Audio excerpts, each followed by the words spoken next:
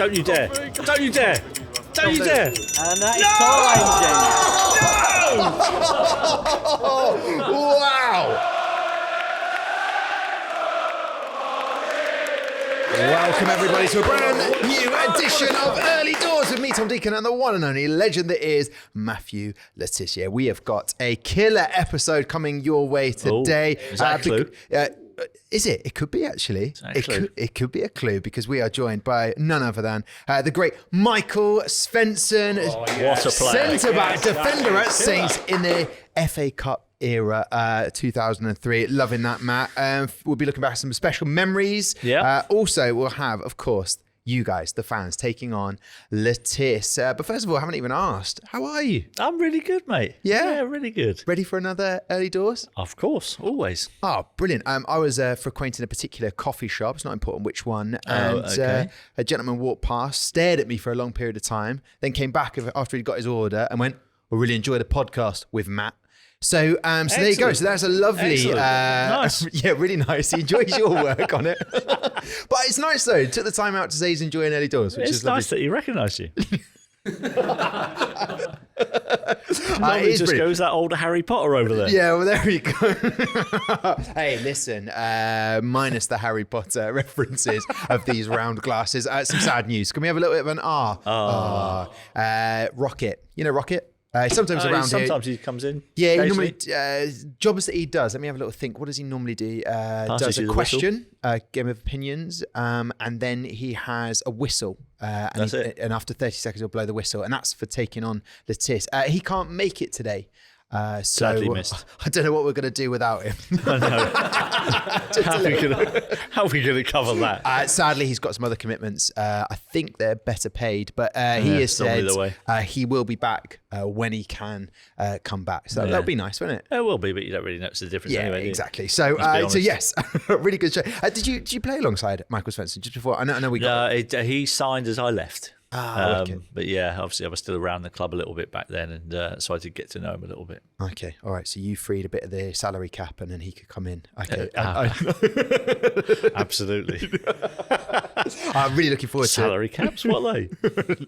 Right. I'd also, while updates, I'd like to update people to point them towards the upcoming night at the Dell. It's a comedy night. Yes, you're right. Spot on. On the 17th of October, if the diary's free, at 8 p.m. it will start sharp. Apparently, I've been told by the MC. There's an amazing lineup of stand-up comedians. So if you're into stand-up comedy, like you're watching, I don't know, Live at the Apollo, none of the acts have been on that.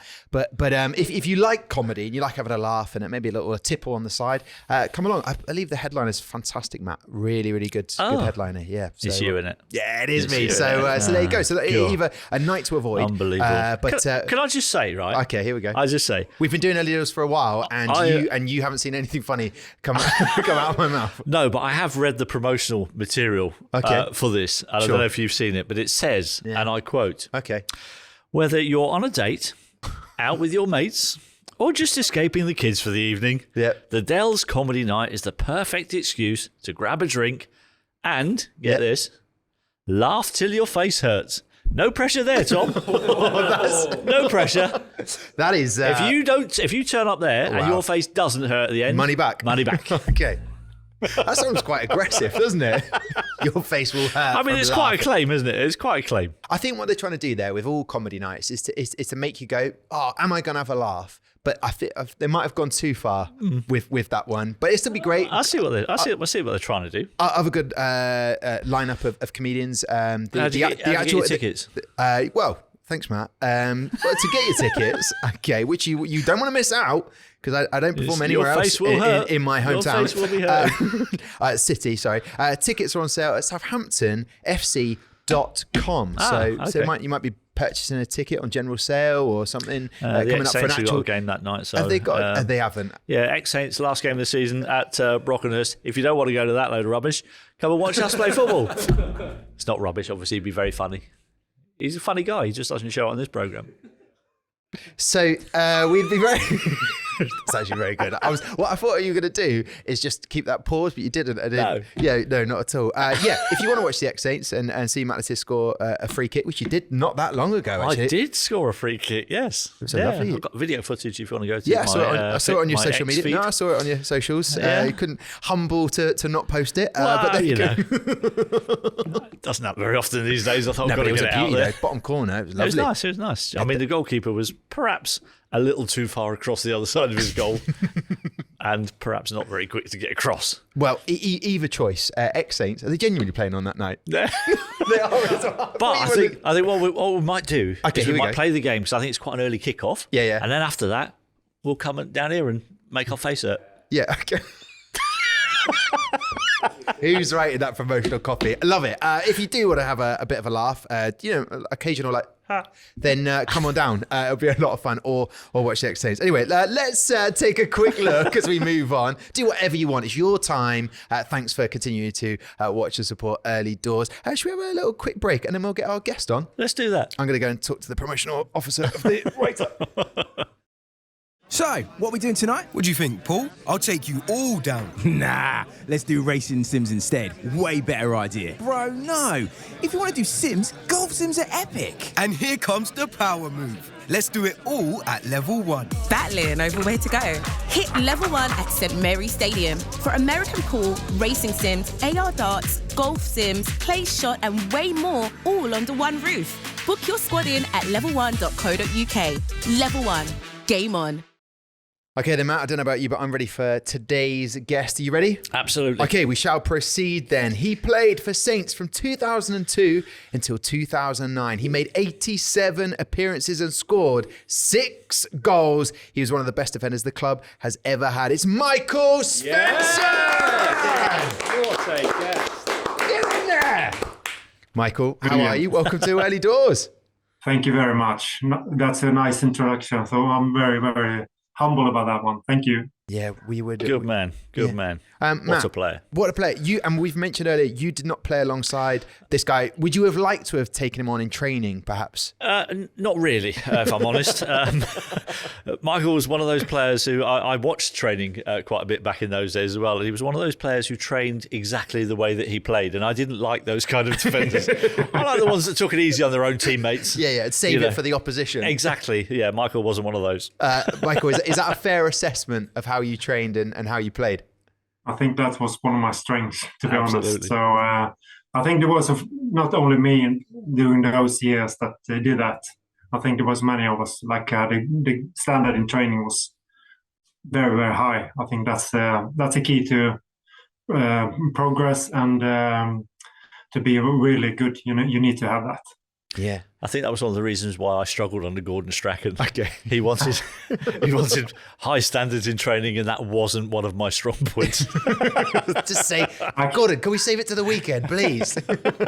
I played with you, Matt. I think it was we had wasn't a testimonial or just I can't remember if it was. I think it might be Klaus's. It's Klaus's testimonial. But I think it was before that even. I remember you. I mean, I was so grateful to play with you, and then I realized I see obviously the clips of you playing, but when I saw you live, that you still had a touch, and I was amazing. So that's.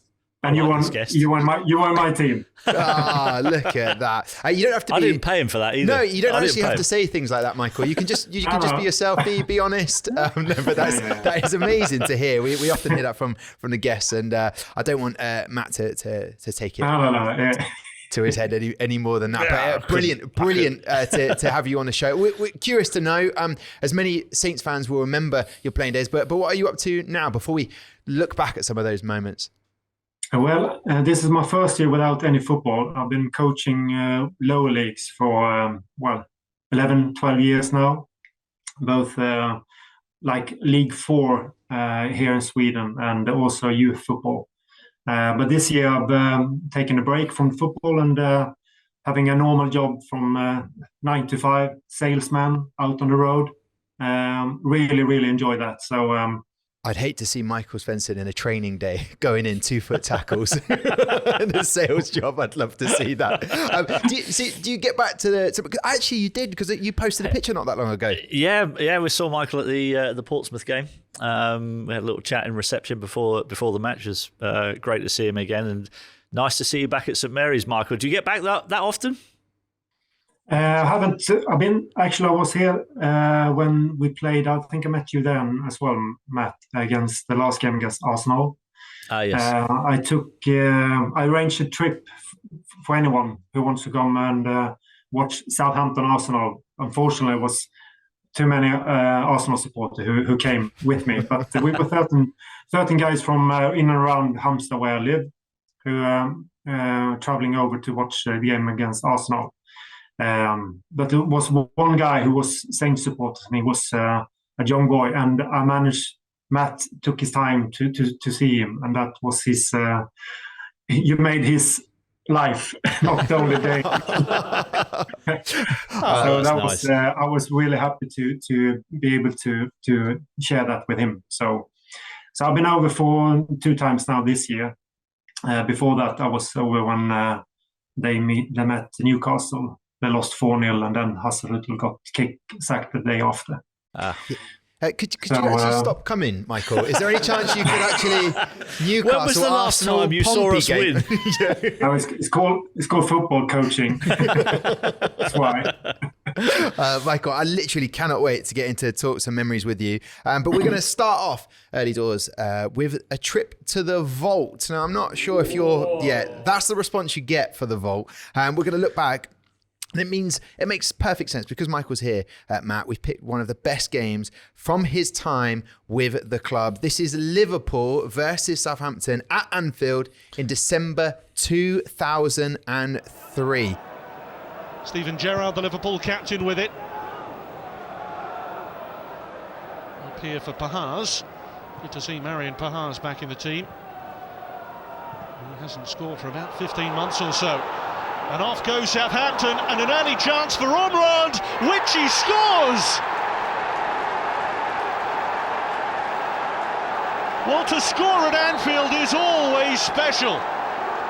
For Brett Ormond, Southampton suddenly have a striker in form, and a striker who's taking his chances. Elhadj Diouf. Murphy's up through the middle, and here's Heskey. Just couldn't quite grow tall enough. Up against Michael Svensson. And here's Brett Ormond. Marsden. Beattie! Great save! Well, he looked odds on there to score, James Beattie. He just planted his feet. Chief's replacement. And on here for Smeater, and Smeater's away from his man. It's Smeater, and it's blocked by Higginbottom, and then a brilliant save by Niemi to thwart Cinema upon goal.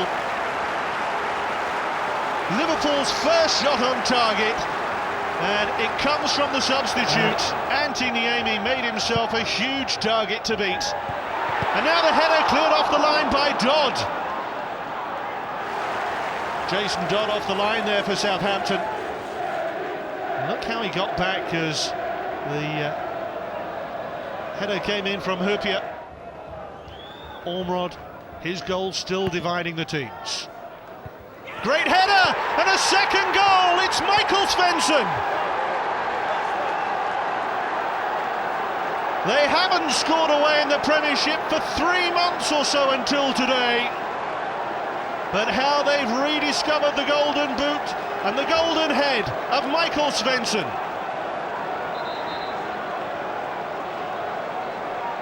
Towering header, and he positively buried it. Smeater. Tricky run by the man from the Czech Republic, Cinema Pongol. Towards Letalek. Here's Heskey. And a shot saved, and Heskey! There's hope, there's time, and there's something of a lifeline.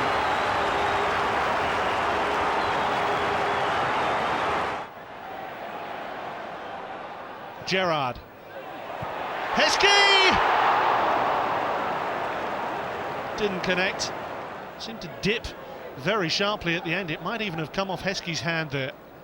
Beaten to it by Kirkland. It's given Liverpool the chance to launch it forward, but it's all over. Southampton with a famous victory at Anfield. Look at that. Look at that. Great goals there. Michael, does that take you back to that goal that you scored? As Matt quite rightly said, you scored that day. That was a big goal in the moment in the game. Yeah, it was obviously a great delivery from Dodsey.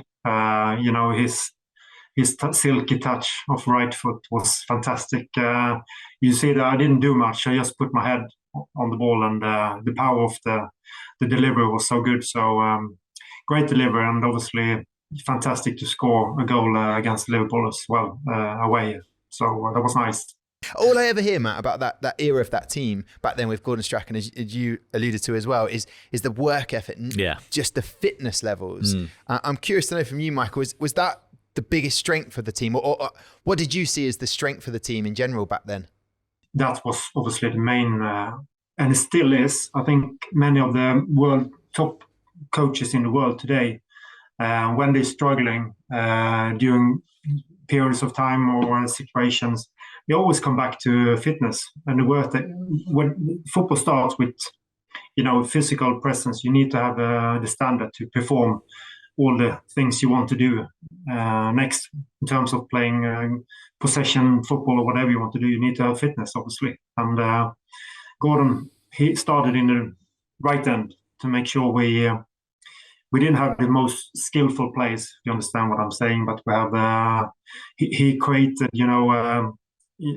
work ethic, and went to Scotland on the pre-season tour. We didn't see the football for a week, so that was a tough week, but it molded the team to be very strong together. Absolutely, and we show that. Michael, I spent a long time at the club, and I played alongside a lot of good centre halves, and we had a lot of good centre half partnerships. But whenever anybody asks me, like the best centre half partnership I've seen at the club, I always come back to the one that you had with Claus. That was a pretty awesome Scandinavian partnership, wasn't it? Yeah, well, Claus, fantastic man, and off the pitch, and he was, to come to England from where I come from. It's a tough environment, and Claus was just like he relaxed and let me make mistakes, next to him, and growing as a player. Getting into the team slowly, and then that felt really comfortable for me, and my confidence just grew next to him. He acquired the nickname of Silky, because he looked so comfortable on the ball. He had all these silky skills, and I don't know what happened, because he had all these silky skills and looked really comfortable on the ball until he got into the opposition's 18-yard box, and then he completely forgot how to play football. I don't know what happened to him. He just went, as soon as he got near the opposition box, just went to pieces. Really? His nickname should have been Jigsaw. Because he just got near the box and went to pieces. Honestly, I don't know what happened to him. How he took so long to score a goal with the ability that he had was just How many crazy. games? He's about 200 games. It was like hundreds of games before he scored his first goal. And it was just crazy. But what a partnership. What a partnership. Sometimes in today's football, Michael, it almost seems like it's more important for the centre-backs to be able to pass the ball properly than it is for them to be able to defend properly. Yeah, Strachan told me that, for sure. Yeah. I once tried to pass the ball. He said, Mike... just the once. And Gordon let him know. Yeah. Michael, he shouted, Michael, you defend, win the ball, and then give the ball to someone who can pass it. So that was quite simple. So, yeah. It sounds so simple, but Football's it works. a simple game. Yeah, absolutely. You mentioned there that Claus let you make mistakes and building your confidence on the pitch, but was he a good influence to sort of get you accustomed, warmed to Southampton? What were your first thoughts of coming to Southampton, Michael? Just like his mentality, Silky was his nickname. He was quite relaxed, and but at the same time, quality defender. I mean, he was so fast. Yeah. You don't think Claus was fast, but he was really, really fast player. Very strong legs, and he can move, and obviously his mind of reading the game, that was his strength as well. And then, but obviously he's still a very good friend. I speak to him occasionally, so yeah. So you played under Gordon. Obviously, he spent £2 million, I think it was, to bring you over. Have you got any favourite Gordon Strachan stories?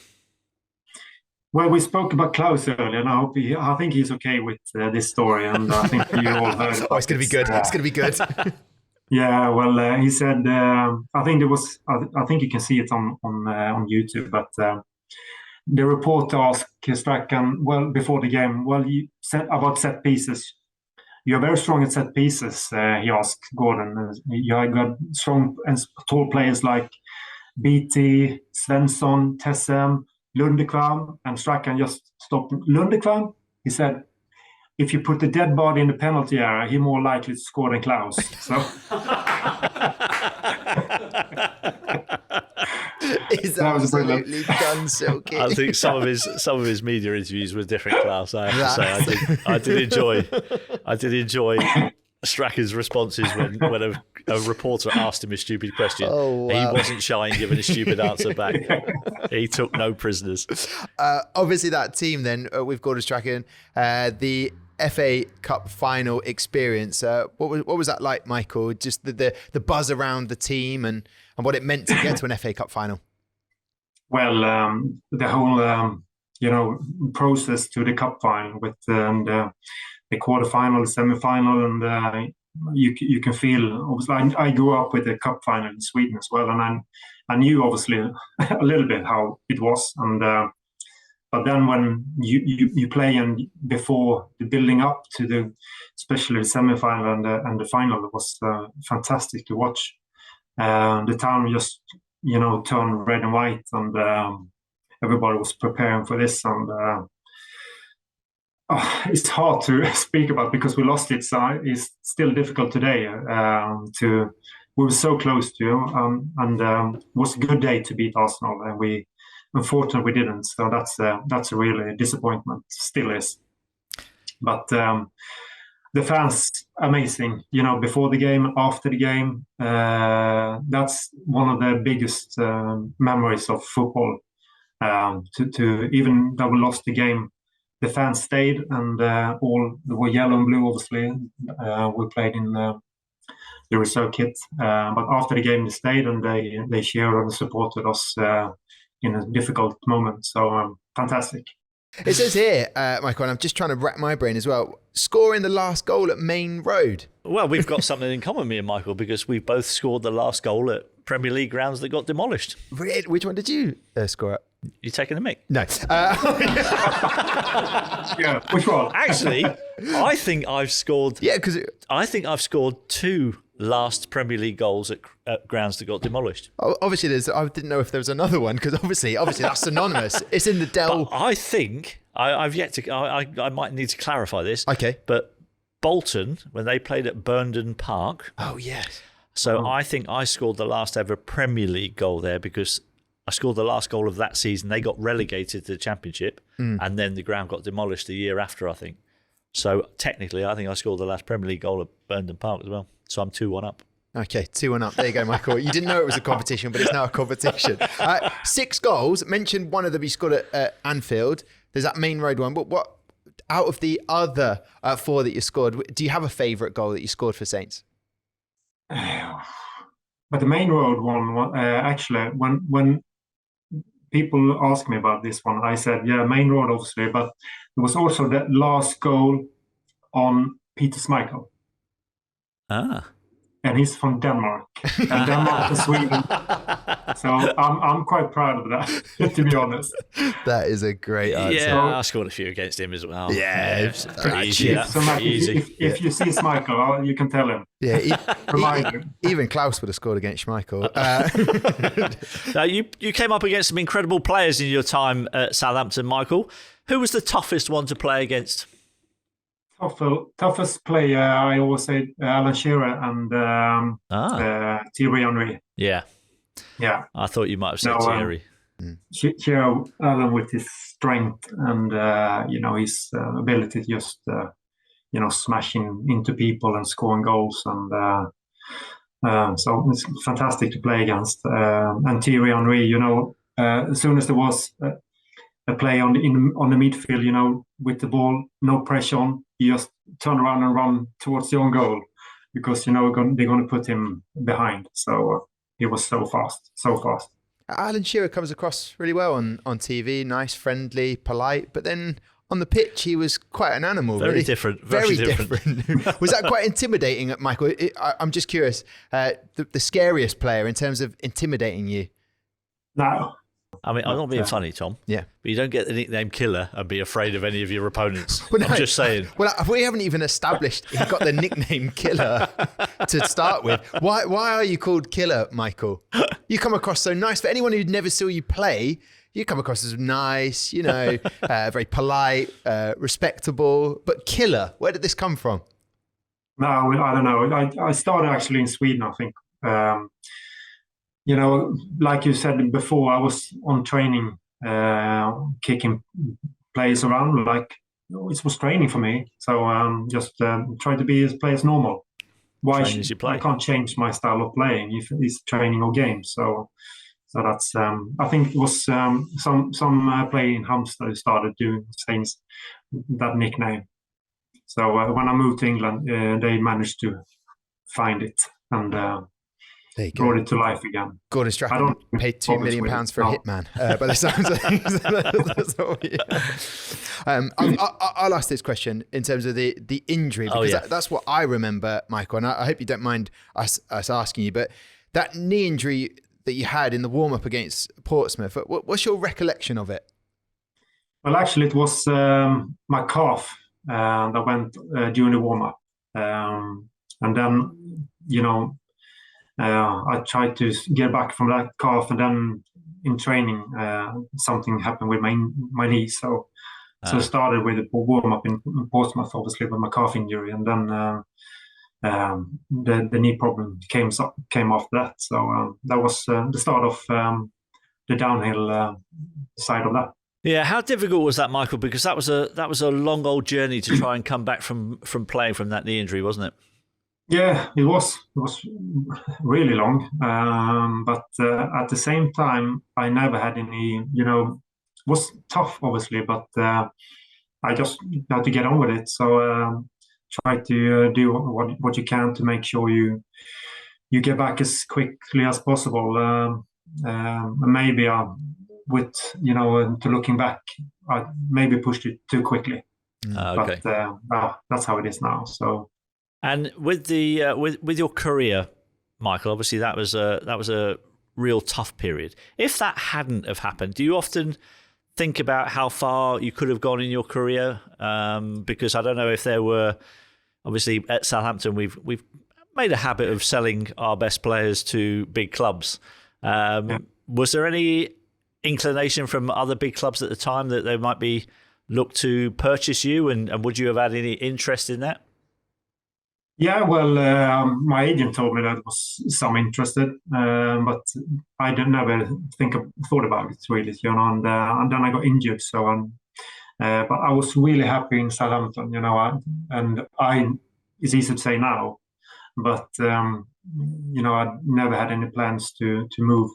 We just had a son, Lucas was born as well, so and that's more important for me to make sure he will stay in one place. Yeah, you ended up on the coaching staff for a short period of time. How did that come about? And obviously we'd heard earlier that you were talking about still coaching in Sweden. So did it spark that kind of passion to get into? No, I have to say it honestly. I was just to be very humble about coaching to start with. I didn't know anything. To be a player and then jump into coaching like that, it's for me it was very difficult. I would never do that. I would never suggest any players to do that. Instead of going to courses, coaching courses, do that first. Take a lower league, youth team. Start building the foundation to coach, because that's a hell of big task. So obviously the club was not in a good shape at that moment, and the direction they chose to go a few years before that was obviously not the correct direction. So it was tough, very tough. Now, throughout your time at the club, you did build up a great connection with the fans. Does it surprise you that even after all these years, when you come back, they still hold you in such high regard?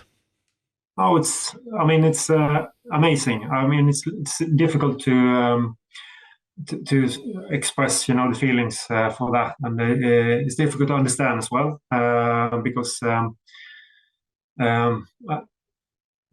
like my son was with me now, and he was 5 when we moved from Southampton, and for him to see the kind and supportive supporters that we have and the support they give to me, it's obviously a nice feeling for me and for him, obviously, to see that. So I can't be thankful enough for them. So it's great. Good man. Well, I'd love to hear that. Michael Svensson, thank you for sharing those memories with us.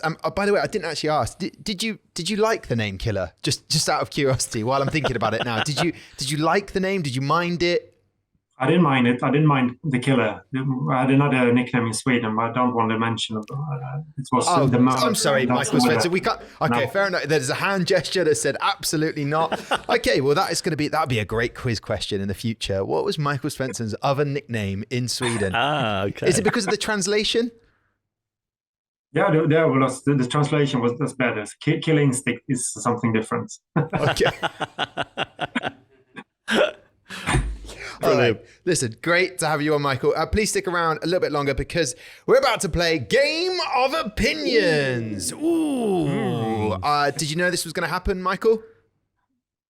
Yeah, I did. Okay, fair enough. Okay. I love it. You break the magic when I'm like, did you know that, mate? You're like, yeah, it's in the script. Michael knows it. Yeah, I know. I was sent it in the email. But I was just trying to build up the gravitas of this. Well, Rocket, who normally does the question, Michael, is off skiving.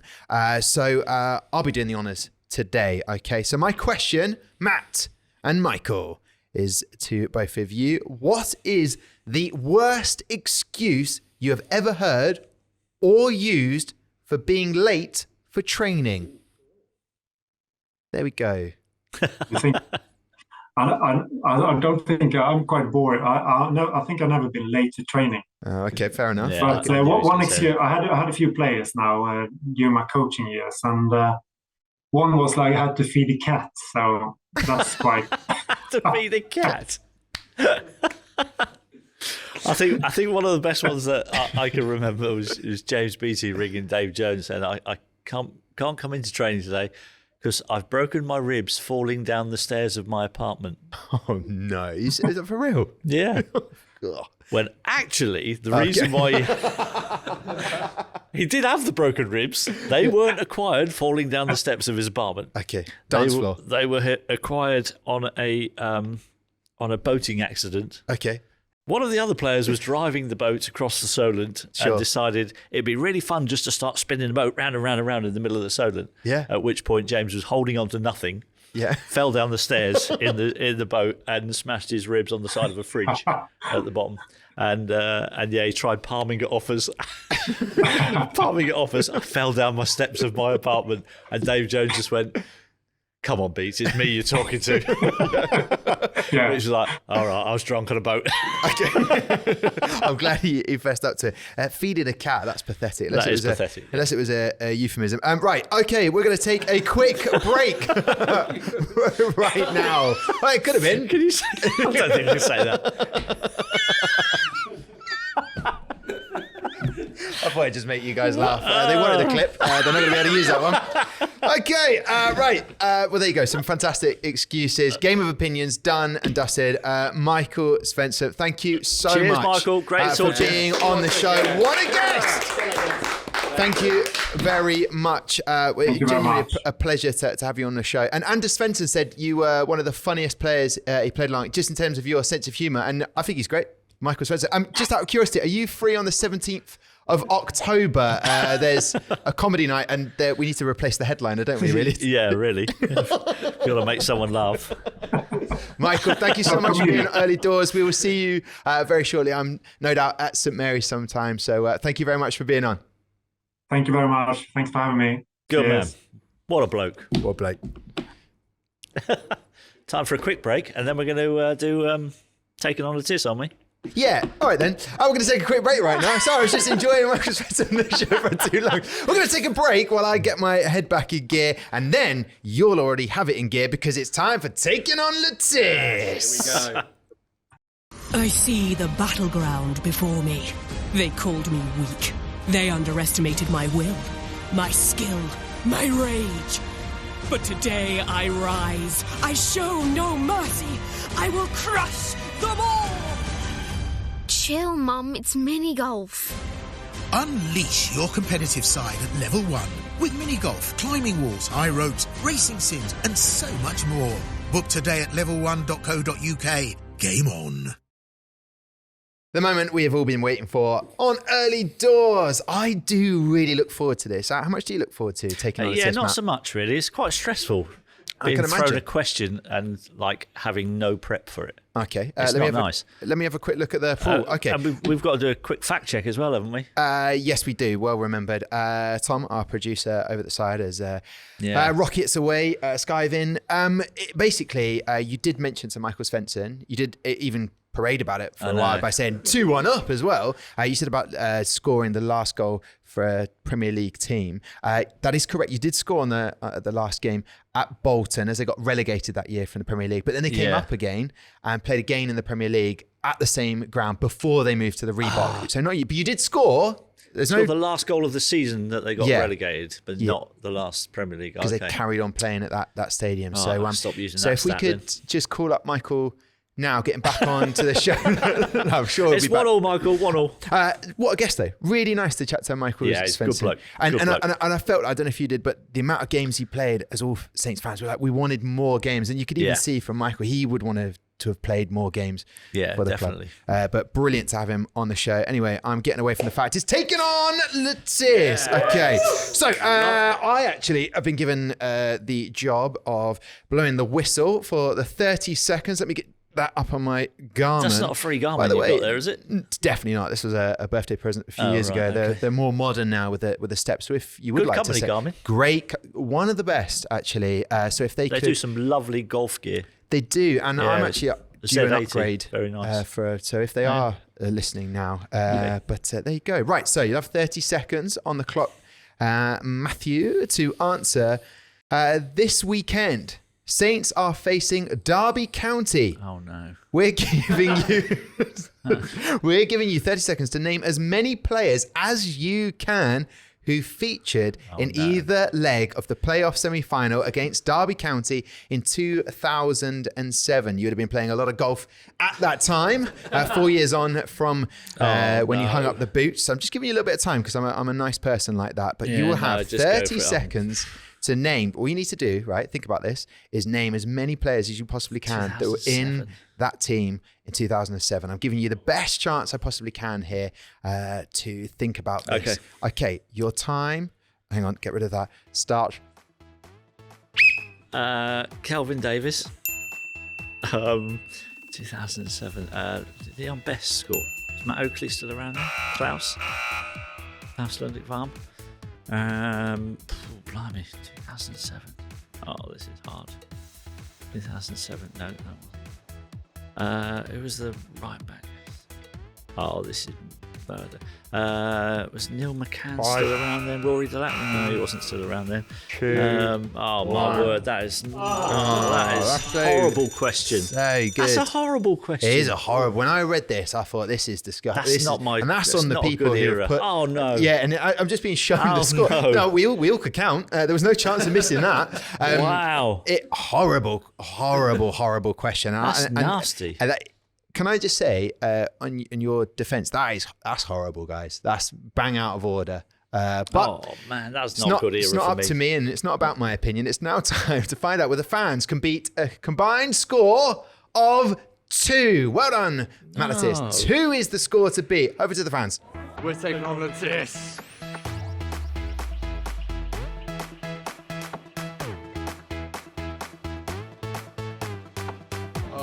St John, Jason Yule, Claus Lundekvam, John Viafara, Fonte, Dexter Blackstock, Dan Arden. Oh my God, he's playing right back. Really Scatchell. Who's that from? Don't you dare! Don't you dare! Don't you dare! Calvin Davis. No! Wow!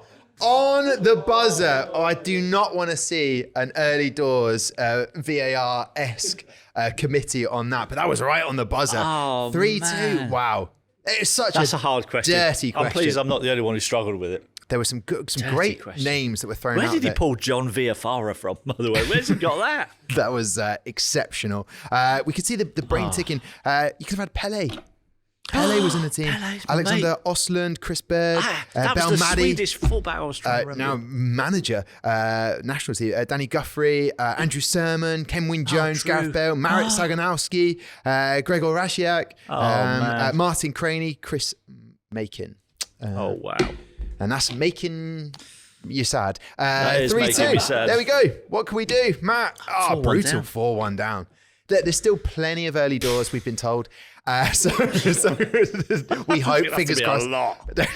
You can put that. But that wasn't. What sort of question, just out of curiosity, would you like for next time, roughly, in a ballpark? I mean, roughly speaking, I don't particularly like the 2006 to 2012 era. Yeah.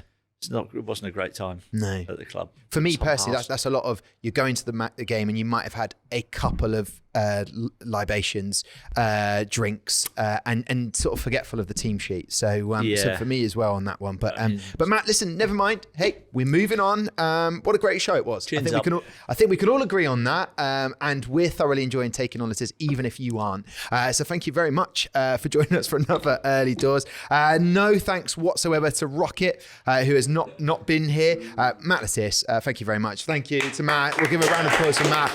Brilliant stuff.